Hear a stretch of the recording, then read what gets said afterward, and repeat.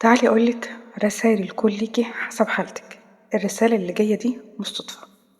في ناس كتير بتحس بحاجات غريبة، إحساس مفاجئ، كلمة تتكرر، رقم يظهر، حلم له معنى، حد يخطر على بالك من غير سبب، والناس تقولك صدفة. بس الصدفة مش بتتكرر. ساعات الكون بيبعتلك رسالة مخصوص ليكي، على قد حالتك وعلى قد اللي قلبك محتاجه.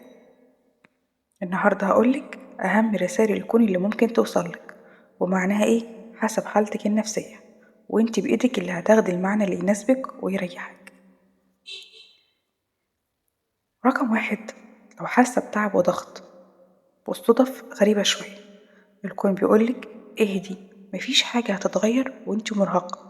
لما تحسي إن الدنيا ماسكة معاكي وتلاقي حاجات بسيطة بتفشلك، اعرفي إن دي رسالة إنك محتاجة توقفي لحظة، لأن التسرع غلط والطاقة بتبقى منخفضة.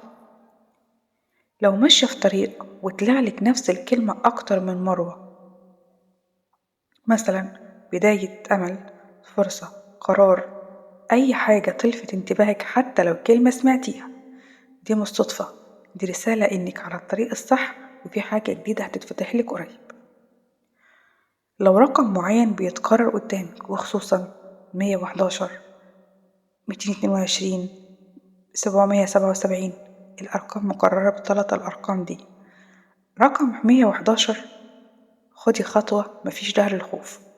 لو زعلانة، 3 اتنينات، ربنا بيعوض صبرك واطمني.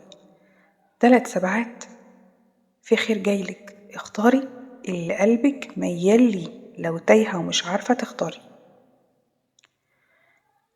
لو فجأة قلبك هدي بدون أي سبب، حتى لو المشاكل لسه موجودة بس قلبك ارتاح، دي رسالة طمأنينة، والكون بيقولك الحاجة اللي مستنياها جاية بس على مهلك.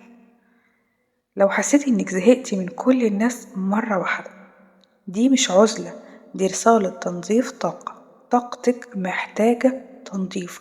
ربنا بيبعد عنك اللي طاقتهم مش مناسبة ليكي حتى لو انت مش فاهمة. لو حد رجع يظهر في حياتك تاني حسب حالتك، لو كنت مرتاحة، الرسالة فرصة جديدة بس بعقل. لو كنت موجوعة منه، اقفلي الباب، الاختبار اتكرر. لو انت اتغيرتي، الرسالة مش كل رجوع لازم نقبله.